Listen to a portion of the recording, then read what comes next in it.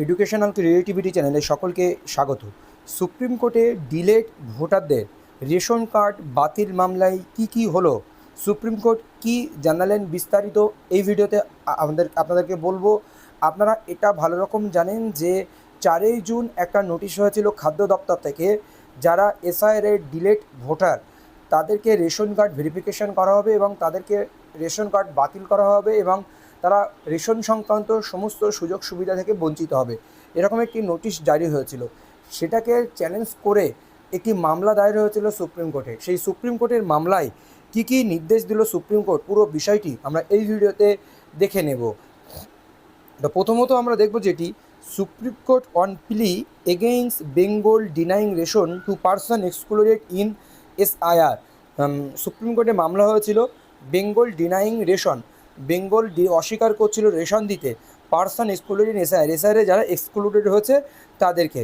তো এখানে in supreme court on Tuesday এই মামলা সুপ্রিম কোর্টে চ্যালেঞ্জ হয়েছিল। এই মামলার ক্ষেত্রে মামলাটি উঠেছিল এ bench of justice Bibi নাগরাথান and Joymalya Bagchi আর নাগরাথান। এবং সুপ্রিম কোর্টে একটা জিনিস বলতে হয় আপনাদেরকে, প্রসঙ্গক্রমে সামার ভ্যাকেশন চলছে, তাও কিছু জরুরি মামলা কিন্তু পার্শিয়াল ওয়ার্কিং ডেজে শুনানির জন্য উঠছে। সেরকমই একটি মামলার শুনানি আজ হয়েছিল। কারা মামলাটি করেছিল? The petitioners filed by the Paschimbanga Kshet Majur সমিতি। পশ্চিমবঙ্গের ক্ষেত মজুর সমিতি এই মামলাটি দায়ের করেছিলেন। এ ফার্ম লেবার্স ইউনিয়ন, একটি labours union. The union had challenge June 4 order by the West Bengal department of food and food and supplies থেকে ওয়েস্ট বেঙ্গল 4 জুন একটি অর্ডার পাস করেছিলেন। A May 19 notification by the department of women and child development and social welfare bar and bench reported. একটি May 19 একটি notification department of women and child development and social welfare থেকে bar and bench reported বিষয়টি ছিল। The petitioner argued that 35 lakh to 60 lakh ration card could become inactive if the government applies the new eligibility criteria. যে এসআইআরে যাদের নাম বাতিল হয়েছে সেটি তাদের রেশন কার্ড যদি বাতিল করে তাহলে প্রায় 35 থেকে 60 লাখ রেশন কার্ড ইনঅ্যাক্টিভ হয়ে যাবে এবং তারা ক্রাইটেরিয়া যোগ্যতা অর্জন করতে পারবে না, এই নিউ যোগ্যতাটি। সেই বিষয়ে মামলা হয়েছিল। The council for the petitioner said that the matter of the national important as several states R following the West Bengal government president. এবং এই যে এসআইআর ম্যাটারটি সারা পশ্চিমবঙ্গ জুড়ে একটা অন্যরকম, সারা রাজ্যের, সারা পশ্চিমবঙ্গ বা ভারতবর্ষের অন্য অন্য রাজ্য জুড়ে খুবই গুরুত্বপূর্ণ। তো ওয়েস্ট বেঙ্গলে যেটি আগে হয়ে গেছে। However, the court said that any similar decision by other states constituted different matters. এই একই বিষয়ে যে বিভিন্ন রকম ডিসিশন কিন্তু বিভিন্ন স্টেটে বিভিন্ন রকমভাবে নেওয়া হচ্ছে বিভিন্ন ম্যাটারে। এবং সুপ্রিম কোর্ট কী বলেছেন finally? Supreme court on Tuesday decline to urgent list a petition challenge the decision of the Bharatiya Janata Party government in west Bengal.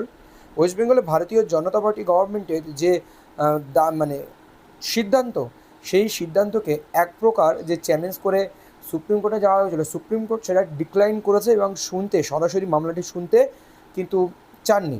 Two deny ration benefits to this excluded from the electoral rolls after the special intensive revision exercise হওয়ার পরে যাদের নাম excluded from the electoral roll তাদের যে ration দেওয়ার যে বিষয়টি, সেই বিষয়ে সরকারের যে সিদ্ধান্ত, সেই মামলার বিরুদ্ধে যে মামলা হয়েছিল সেটি সুপ্রিম কোর্ট শুনতে রাজি হননি। এবং সুপ্রিম কোর্ট বলে দিয়েছেন যে এসআইআরের বিষয় আলাদা আর এই রেশন কার্ডের বিষয় আলাদা। আপনাদের এটি মামলা করতে হলে সম্পূর্ণ কলকাতা হাইকোর্টে মামলাটা শুনানি করাতে হবে, তারপরে ধীরে ধীরে সুপ্রিম কোর্টে পৌঁছাতে হবে। আগে কলকাতা হাইকোর্ট মামলাটি শুনবে, কারণ এসআইআরের সঙ্গে এই রেশন কার্ড বাতিলের মামলার কোনো সম্পর্ক নেই। The bench told the petitioner to approach the Calcutta high court instead.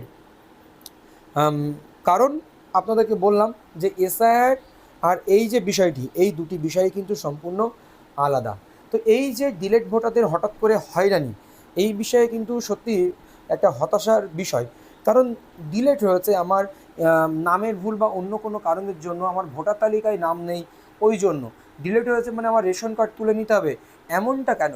কারণ এর সঙ্গে তো রেশন কার্ড বাতিলের বা নাগরিকত্বের কোনো রিলেশন নেই। সুপ্রিম কোর্টও জানিয়েছিল, বা যারা নেতা নেতৃত্ব রয়েছেন তারাও বলেছেন নাগরিকত্ব বাতিল নয়, এটা জাস্ট ভোটার কার্ড চেকিং হচ্ছে বা ইলেকট্রাল রোল চেকিং হচ্ছে, নামের একটা সংশোধনের বিষয়, এই সমস্ত বিষয়গুলো দেখা হবে। কিন্তু রেশন কার্ড বাতিল করেন, এই নিয়ে সুপ্রিম কোর্টে যাওয়া হয়েছিল, সুপ্রিম কোর্ট মামলাটি শুনতে রাজি হননি এবং হাইকোর্টে মামলাটি পাঠিয়ে দিয়েছেন।